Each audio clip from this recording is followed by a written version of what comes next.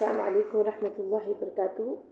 الحمد لله نحمده ونستعينه ونستغفره ونؤمن به ونتوكل عليه ونعوذ بالله من شرور أنفسنا ومن سيئات أعمالنا.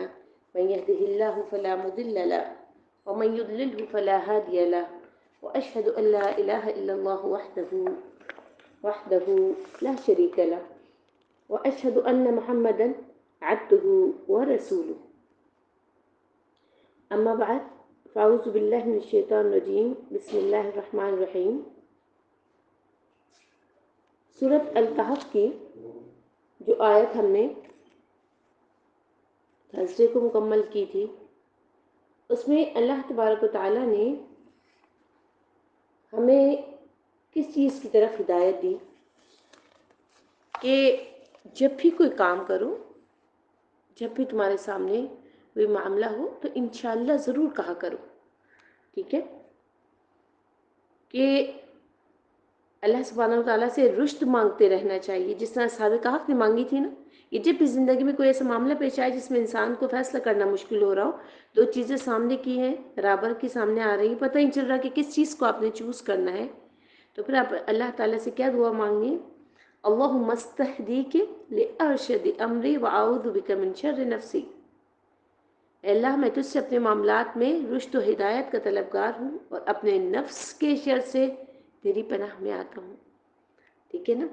یعنی میرے جو معاملات ہیں اس میں آپ مجھے ہدایت دے دیجئے، میرے معاملات کو درست کر دیجئے، میری صحیح رہنمائی فرما دیجئے، اور اپنے نفس کی شر سے پناہ میں آتا ہوں. یعنی بعض اوقات انسان کو نہیں پتہ چلتا کہ یہ جو خیال آ رہا ہے یہ نیکی کا خیال ہے یا بدی کا خیال ہے، یہ نہیں پتہ چلتا انسان کو.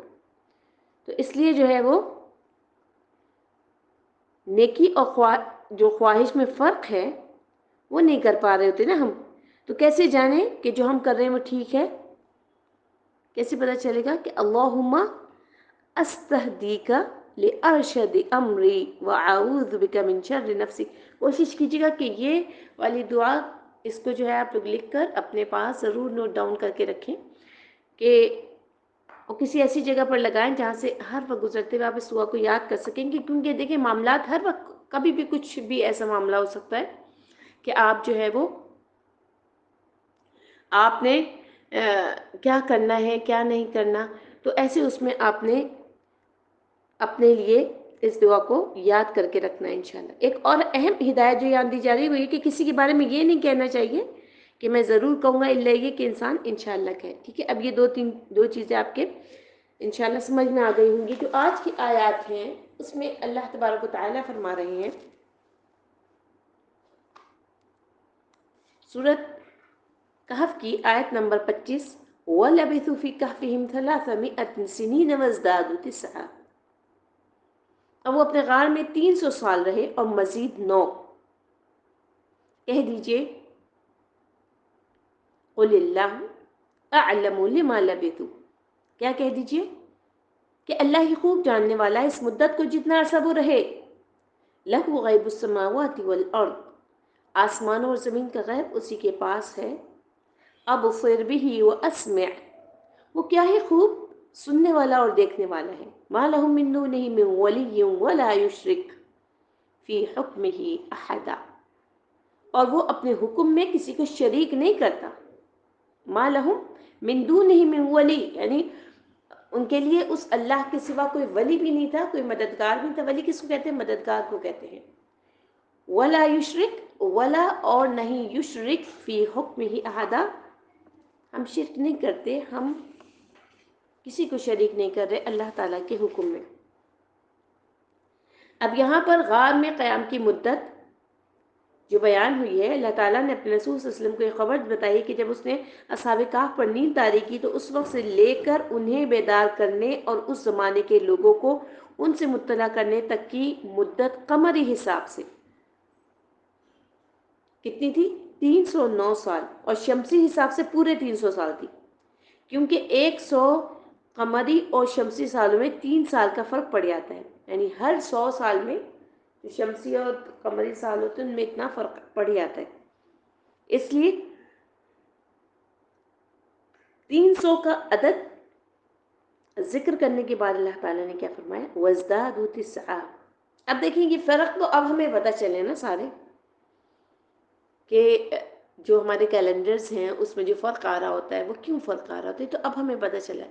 لیکن یہ چیز اللہ تعالیٰ نے آج سے 1400 سال پہلے قرآن میں نازل کر دی۔ کیا؟ وَازْدَادُوا تِسْعًا، یعنی پہلے اللہ تعالیٰ نے کہا ثلاثۃ مئۃ سنین، یعنی 300 سال، اور پھر کیا کہا؟ وَازْدَادُوا تِسْعًا۔ یعنی آپ دیکھیں اللہ کا جو علم ہے، جس علم کے لیے اللہ تعالیٰ نے اپنے بندوں کو فرمایا کہ ابھی میں نے تم کو بہت تھوڑا سا علم دیا ہے۔ یعنی جو انسان آج کل کی ٹیکنالوجی کو دیکھ رہا ہے، آج کل کی ترقیوں کو دیکھ رہا ہے، اور اس کے بعد وہ یہ سوچتا ہے کہ وہ تو فرسودہ زمانے کے لوگ تھے، وہ تو پرانے زمانے کے لوگ تھے، ان کو کچھ پتہ ہی نہیں تھا، ان کے پاس کسی قسم کی ٹیکنالوجی نہیں تھی جو آج ہمارے پاس ہے۔ تو آپ دیکھیے کہ 1400 سال پہلے اللہ تعالیٰ نے آپ سے یہ بات فرمائی، اور اس کے بعد اللہ تعالیٰ آپ سے کیا کہہ رہے کہ میں نے جو انسان کو علم دیا ہے وہ ابھی بھی بہت کم ہے، بہت قلیل ہے، بہت قلیل علم دیا ہے۔ تو یہ قلیل علم ہمارے پاس ہے، جس پہ جو ہے وہ انسان آج سمجھ رہا ہوتا ہے کہ شاید اس نے جو ہے وہ اسی نے ہی اس دنیا کو پیدا کیا ہے، شاید وہی اس دنیا کو بنانے والا اور پالنے والا ہے، اور شاید اللہ تبارک و تعالیٰ جو ہے وہ دوبارہ اٹھا کر حساب نہیں لیں گے۔ تو یہاں پر وَازْدَادُوا تِسْعًا کا جو لفظ آیا ہے، اس کے بعد اللہ تعالیٰ نے خود کیا کہا کہ قُلِ اللَّهُ أَعْلَمُ بِمَا لَبِثُوا، وہ کتنے عرصے تک رہے وہ اللہ تعالیٰ کو زیادہ بہتر پتہ ہے۔ اور اللہ تعالیٰ لَهُ غَيْبُ السَّمَاوَاتِ وَالْأَرْضِ، یعنی ان کی مدت کے بارے میں جب پوچھا جائے اور آپ کو اس بارے میں اللہ تعالیٰ کی طرف سے علم نہ ہو تو اس سلسلے میں اپنی طرف سے کچھ نہ کہیے، بلکہ اللہ تعالیٰ ہی خوب جانتا ہے جتنے عرصہ وہ رہے، اسی کو آسمان اور زمین کے غیب کا علم ہے، یعنی اسے صرف اللہ ہی جانتا ہے، مخلوق میں سے وہ جانتا ہے جسے اللہ تعالیٰ نے اس سے مطلع فرما دیا۔ وَلَبِثُوا فِي كَهْفِهِمْ 300 سِنِينَ، اس کے بارے میں حضرت قتادہ کا جو قول ہے کہ اور اصحاب کہف اپنے غار میں 300 سال رہے کے بارے میں، وہ فرماتے ہیں کہ یہ اہل کتاب کا قول ہے، لیکن اللہ تعالیٰ نے اس کی تردید کرتے ہوئے فرمایا کہہ دیجئے جتنا عرصہ وہ رہے اسے اللہ ہی خوب جانتا ہے، کہ جو ہے وہ پورے 300 سال رہے، 900 سال زیادہ نہیں، اور ان کی مراد 300 شمسی سال ہے۔ اگر اللہ تعالیٰ نے اہل کتاب کے قول کے طور پہ بیان کیا ہوتا تو پھر وہ یہ نہ فرماتا وَازْدَادُوا تِسْعًا اور 9 اوپر، ٹھیک ہے؟ اس سے کیا ظاہر ہوتا ہے کہ اللہ تعالیٰ نے خبر یہ دی ہے، یہ اہل کتاب کا قول نہیں بیان فرمایا بلکہ خبر دی ہے۔ کیا خبر دی ہے؟ کہ امام ابن جریر نے بھی اسی بات کو زیادہ اختیار کیا ہے کہ وہ 900 سال، 300 سال اور 9 سال اوپر جو ہے وہ رہے۔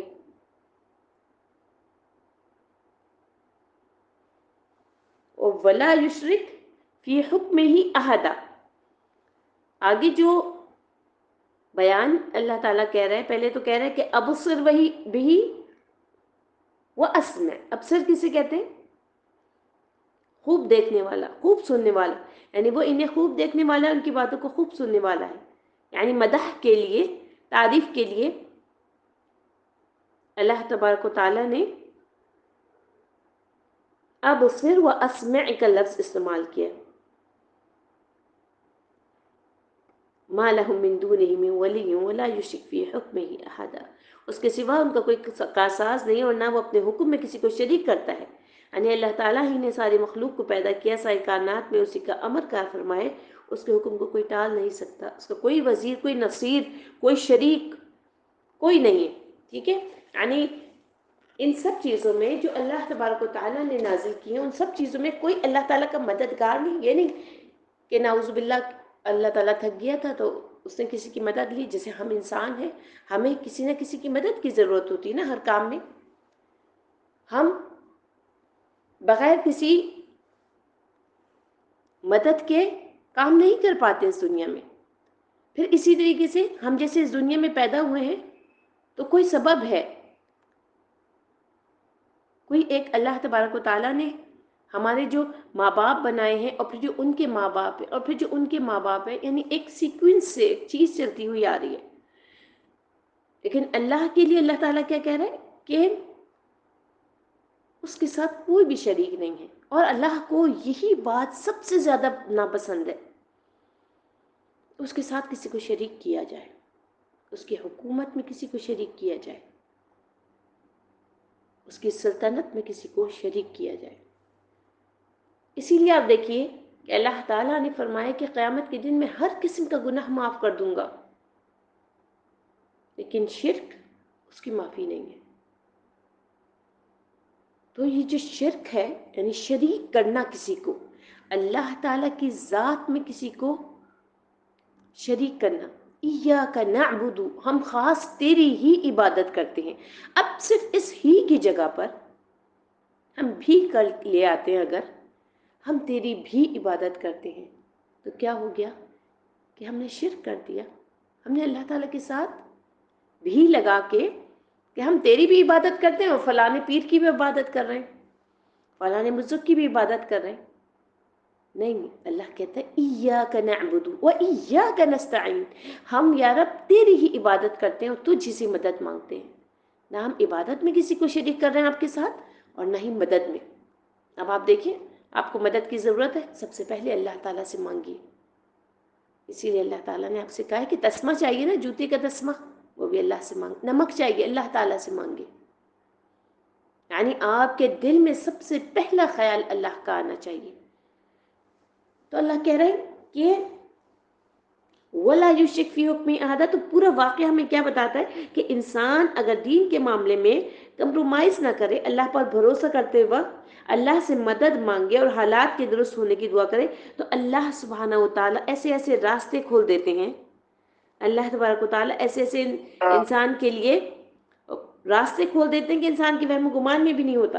لیکن جب انسان یہ سمجھتا ہے کہ وہ خود ہی سب کچھ کر لے گا تو کرتا کچھ اور ہے، اور کسی وقت اس کو خیال آ جائے کہ ہاں دین کے لیے بھی کچھ کرنا ہے تو پھر کوئی چھوٹی موٹی دعا کر لے یا پھر توجہ کر لے اور پھر واپس اپنی دنیا میں چلا جائے، تو پھر ایسے لوگوں کے لیے مدد نہیں آتی. ٹھیک ہے نا، کہ آپ کے ذہن میں تو یہی ہے کہ یہ جو میرا کام ہے یہ فلانا شخص یا فلانی سورس جو ہے وہی کرے گی میرا کام. پھر آپ نے کبھی کبھی دعا بھی کر لی چلے، لیکن آپ یکجہتی سے یعنی یکسوئی سے دعا نہیں مانگ رہے. ایسا نہیں ہے کہ آپ کو جیسے مشکل آئی، جیسے آپ کسی پرابلم کا شکار ہوئے، آپ فوراً دعا کی طرف لپکے. نہیں، یہ نہیں کر رہے آپ. پھر اللہ تعالیٰ مدد بھی نہیں بھیجتا، پھر اللہ تعالیٰ اپنے معجزے بھی نہیں نازل کرتا آپ کے لیے. لیکن جب آپ جو ہے جیسے آپ کے پاس کوئی پرابلم آئی اور آپ نے فوراً اللہ کی طرف رجوع کیا، اللہ نے کہا نا سورۃ بقرہ میں استعینوا بالصبر والصلاۃ، استعینوا اور مدد مانگو صبر کے ساتھ اور نماز کے ساتھ. وَإِنَّهَا لَكَبِيرَةٌ، بے شک یہ بہت مشکل کام ہے، آسان کام نہیں ہے صبر کرنا. یا مشکل آئی تھی، ابھی کوئی کسی کا انتقال ہو گیا، آپ نماز پڑھنے کھڑے ہو گئے، بہت مشکل کام ہے اپنے آپ کو یکجا کرنا. ابھی آپ ٹوٹے ہوئے ہیں، آپ کا دل ٹوٹا ہوا ہے، آپ کی سمجھ نہیں آ رہا کہ میں کیا کروں، آپ کا دل چاہتا ہے دنیا کو ختم کر دوں. اللہ آپ سے کہہ رہا ہے استعینوا بالصبر والصلاۃ، صبر اور نماز کے ساتھ مدد مانگو. وَإِنَّهَا لَكَبِيرَةٌ، بہت مشکل کام ہے. لیکن کس کے لیے مشکل نہیں ہے؟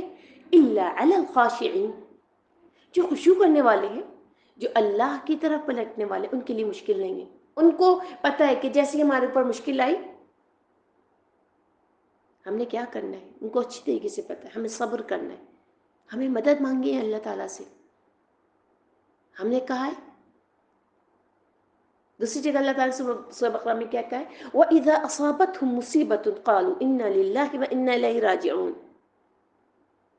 جب ان کے اوپر مصیبت آتی ہے وہ إِنَّا لِلَّهِ وَإِنَّا إِلَيْهِ رَاجِعُونَ کہتے ہیں، جبکہ ہم نے یہ والی ورڈنگ جو ہے وہ مخصوص اس کے لیے مخصوص کر لی ہے جو کہ کسی کا انتقال ہو گیا تو ہم فون کہتے ہیں إِنَّا لِلَّهِ وَإِنَّا إِلَيْهِ رَاجِعُونَ.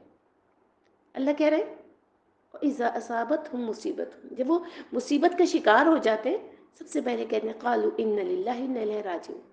اولئک علیہم صلوات، پھر ایسے لوگوں کے اوپر اللہ تعالیٰ کی درود و سلام ہوتے ہیں. اولئک علیہم صلوات من ربہم واولئک هم المہتدون، اور وہی لوگ ہدایت یافتہ ہیں. تو یہ جو آپ کو بار بار سنوائی جا رہی ہے نا یہ آیتیں، یہ بار بار بتائی جا رہی ہیں آیتیں، تو اس کا مقصد کیا ہے کہ مدد کس کے لیے آتی ہے؟ ان کے لیے جو اللہ سے مانگتے ہیں. آپ دیکھیں کہ سیدنا ابراہیم علیہ السلام جس وقت ان کو آگ میں پھینکا جا رہا تھا، سب کچھ تیار ہے، جبرائیل علیہ السلام آتے ہیں، کہتے ہیں آپ کیا چاہتے ہیں. اس وقت میں آپ کی یعنی جو سچویشن ہے اس میں آپ کی کیا مدد کروں؟ کیا کہا انہوں نے؟ مجھے آپ کی مدد نہیں چاہیے، مجھے اپنے رب سے مدد چاہیے. وہ رب کے پاس گئے، واپس آئے اور پھر کہا کہ مجھے اللہ تعالیٰ نے بھیجا ہے کہ میں آپ سے پوچھوں کہ آپ کیا چاہتے ہیں.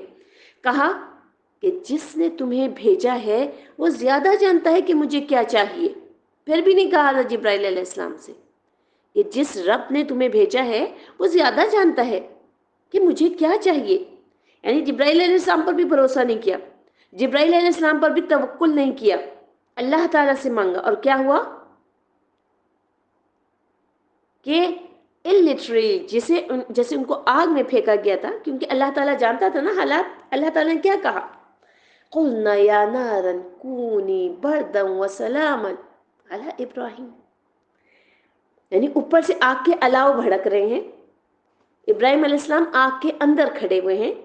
آگ میں پھینکنے والوں کو بھی نہیں پتا کہ اندر کیا ہو رہا ہے، ان کو تو یہی پتا ہے کہ جس کو بھی آگ میں ڈالا جاتا ہے وہ جل کے بھسم ہو جاتا ہے. ہم نے ابراہیم کو بھی آگ میں ڈال دیا. تو اللہ کے کنٹرول میں ہے آگ. اللہ نے حکم دیا آگ کو ٹھنڈی ہو جا. اب آگ صرف ٹھنڈی ہی ہو جاتی تو ٹھنڈ بھی انسان سے برداشت نہیں ہوتی، ٹھنڈ بھی انسان کے لیے عذاب بن جاتی ہے. تو صرف ٹھنڈی نہیں ہو جائے، قلنا یا نارن کونی بردن وسلاما، سلامتی والی بھی بن جائے ابراہیم علیہ السلام کے لیے. تو پھر کیا ہوا؟ ابراہیم علیہ السلام کو کچھ نہیں ہوا، ایک بال بھی بھیگا نہیں ہوا. جو تک اللہ نے چاہا اس کے اندر ہی رہے. یہ نہیں کہ اندر سے ڈبکی لگا کے پھر باہر آ گئے، باہر نکل گئے فوراً، ایسا نہیں تھا.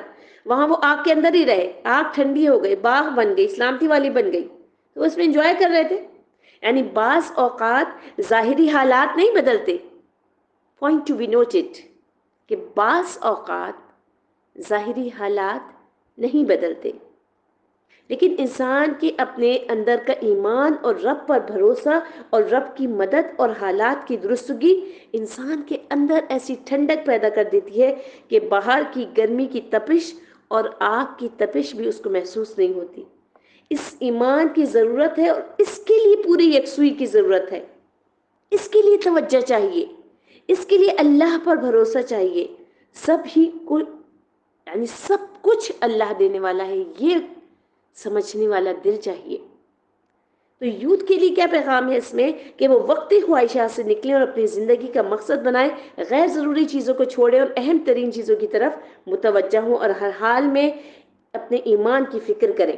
ماں باپ کو یا معاشرے کو ذمہ دار ٹھہرا کر اپنے فرائض سے سبکدوش نہ ہوں. اپنی فکر اپنے خود کریں، اپنی ذمہ داری اٹھائیں. Be responsible. آپ کا حساب ہوگا، آپ کو اللہ تعالیٰ نے اس دنیا میں بھیجا ہے، آپ سے حساب لے گا اللہ تعالیٰ. اس کا جواب آپ کو دینا ہوگا، اس کی تیاری کریں. راتوں کو جلدی سوئیں، صبح جلدی اٹھیں. اللہ نے صبح کے وقت میں برکت رکھی ہے، اس وقت سے پورا فائدہ اٹھائیں. خاص طور پر جو لوگ قرآن پڑھ رہے ہیں تو اس قرآن کو پڑھنے کا حق ادا کریں. تو یہ اللہ تبارک و تعالیٰ آپ سے چاہتے ہیں کہ آپ نے اپنی اس زندگی کو کیسے گزارنا ہے، کس طریقے سے سروائیو کرنا ہے اس زندگی میں. آگے اللہ تعالیٰ کیا فرما رہے ہیں کہ وَاتْلُ مَا أُوحِيَ إِلَيْكَ مِنْ كِتَابِ رَبِّكَ لَا مُبَدِّلَ لِكَلِمَاتِهِ. اور آپ اس کتاب کی تلاوت کیجئے جو آپ کے رب کی کتاب میں سے آپ کی طرف وحی کیا گیا ہے. یعنی تلاوت قرآن اور مؤمنوں کے ساتھ صبر کرنے کا حکم جو ہے وہ اب ان آیات میں آئے گا، اور اس کو ہم انشاءاللہ کل مکمل کریں گے. اللہ تبارک و تعالیٰ سے دعا ہے کہ اللہ رب العالمین احکم الحاکمین ہمیں بابرکت 24 گھنٹے عطا فرما دے. یعنی ایسے 24 گھنٹے کہ جس میں برکت ہو، جو ہمارے لیے بھی نفع بخش ہو اور ہماری ذات دوسروں کو نفع بخش بنانے والی بن جائے، ہمیں بھی ان سے فائدہ ہو۔ 24 گھنٹے تو ہر ایک کے پاس 24 گھنٹے ہی ہیں نا، ایک کافر کے پاس بھی 24 گھنٹے ہی ہیں، ایک مسلمان کے پاس بھی 24 گھنٹے ہی ہیں۔ اگر کوئی اپنے وقت سے فائدہ اٹھائے تو اس کا مطلب نہیں اللہ تعالیٰ اس کو وقت زیادہ دے رہا ہے اور ہمیں کم دے رہا ہے۔ ایک انسان جو صرف سو کر یا ڈرگز لے کر اپنی زندگی گزار رہا ہے، اس کے پاس بھی 24 آورز ہے، ہمارے پاس بھی 24 آورز ہے۔ اب اللہ تعالیٰ ہم سے یہ دیکھنا چاہ رہا ہے کہ آپ نے اپنے ان 24 آورز کو کیسے گزارا، کس طریقے سے استعمال کیا، کیا پلاننگ کی آپ نے، کہاں آپ نے اپنے جسم کو سکون دیا، کہاں آپ نے اپنے جسم کو راحت پہنچائی غذا کے ذریعے سے، کہاں آپ نے اپنی روح کو راحت پہنچائی۔ بس یہ چیکنگ ہو رہی ہے۔ اللہ تبارک و تعالیٰ سے دعا ہے کہ اللہ رب العالمین احکم الحاکمین ہمیں اس دنیا میں جس رب نے ہمیں بھیجا ہے، جس چیکنگ کرنے کے لیے، جس امتحان میں ہمیں بھیجا ہے، اللہ ہمیں اس امتحان میں کامیاب فرما دے۔ سبحان ربک رب العزت عما یصفون وسلام علی المرسلین والحمد للہ رب العالمین۔ السلام علیکم ورحمۃ اللہ وبرکاتہ۔